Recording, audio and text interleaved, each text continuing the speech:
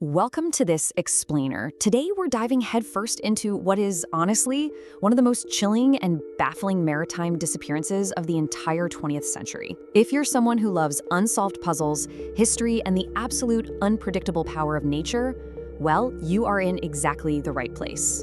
We are heading out to the remote Outer Hebrides of Scotland, to a jagged little rock completely surrounded by the wild Atlantic Ocean.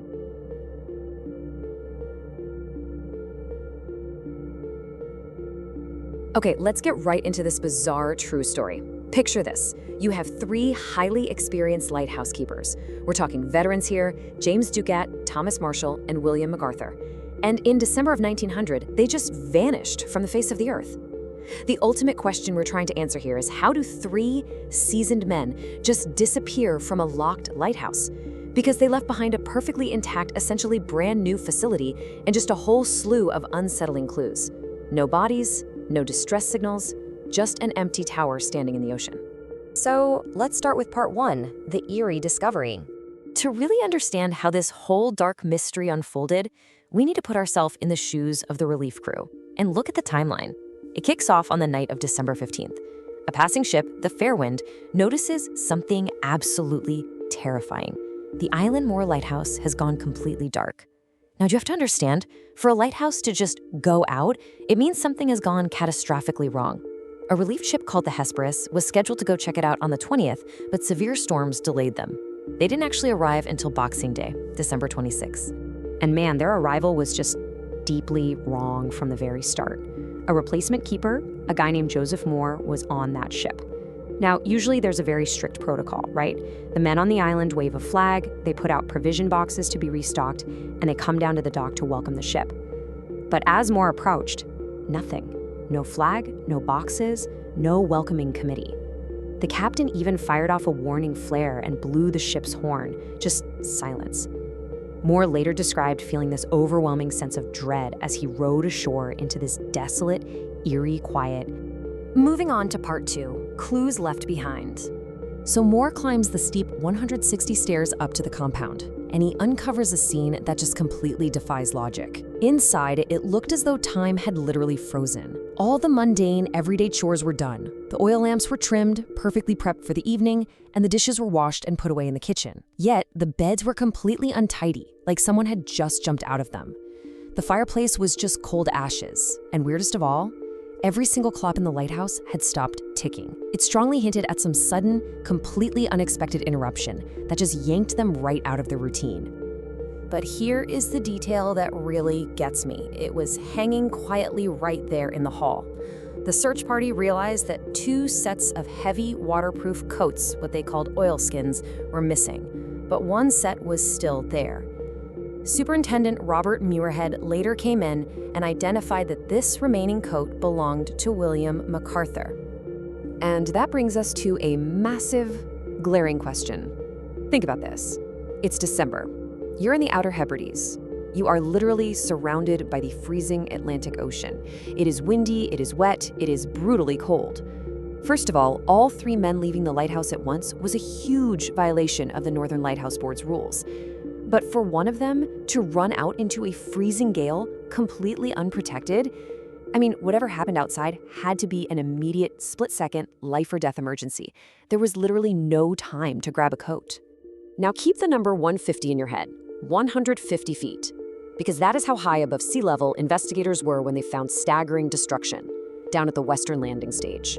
Iron railings, thick iron, were grotesquely bent and twisted completely out of shape.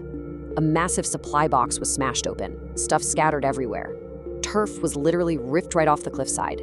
This wasn't just your average bad storm. This was an exhibition of unearthly, violent force from the ocean, reaching heights that honestly just defy belief. Which brings us to part three, fact versus folklore. You know how these stories go, right?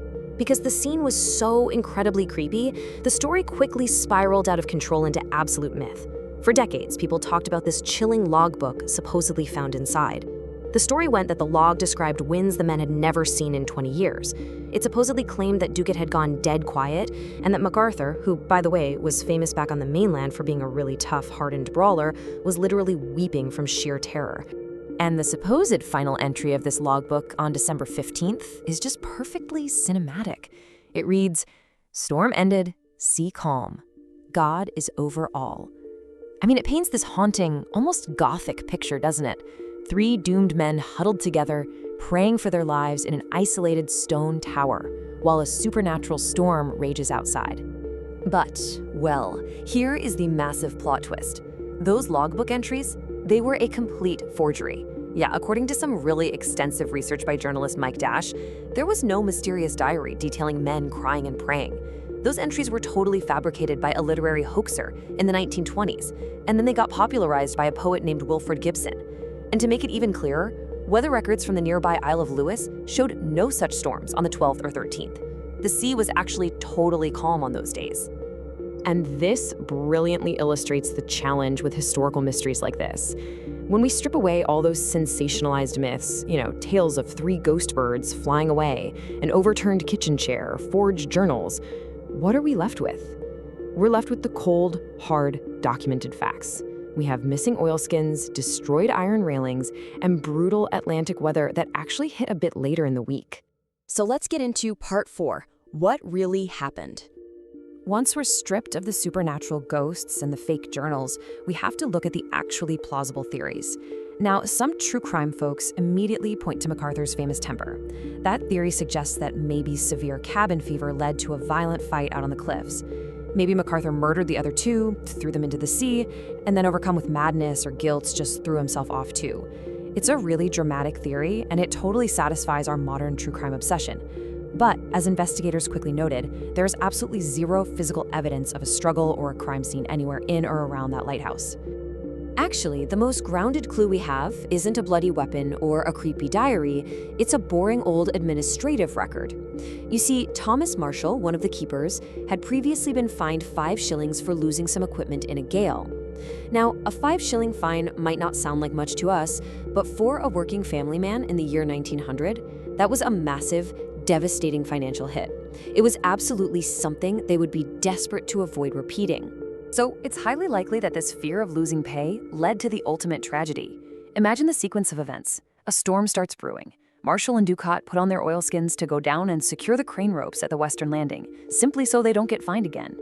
Next, while they're out there, 150 feet up, a massive, unpredictable rogue wave, one powerful enough to bend solid iron, slams into the cliffside and sweeps them away.